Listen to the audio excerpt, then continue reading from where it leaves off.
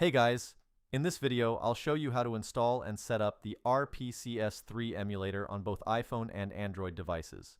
I'll guide you through the entire process step by step, so even if you're just starting out, you can follow along without any problems. The setup is quick and easy, and once it's complete, you'll be ready to start using it right away.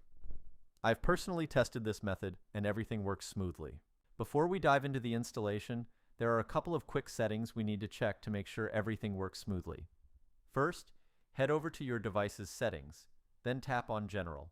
From there, go to Background App Refresh and make sure it's set to either Wi-Fi or Wi-Fi and mobile data. This will ensure the app can run properly in the background. Next, go back to the main settings screen and tap on Battery. Make sure low power mode is turned off. This is important because it can interfere with how the app functions. Once you've taken care of these two quick adjustments, you're all set to move on to the installation. Now that we've got the basics covered, let's move forward. Open your browser and go to findplugin.com. This is a reliable platform that offers various modded and helpful tools. Use the search bar to look up RPCS3 emulator and select it from the list of results. You'll be taken to a detailed page with info like download stats and user reviews. Just hit the Download Now button, and the download process will begin. The download usually only takes a few moments. If this is your first time using the site, there's one more step you'll need to complete. Don't worry, it's quick, simple, and completely free.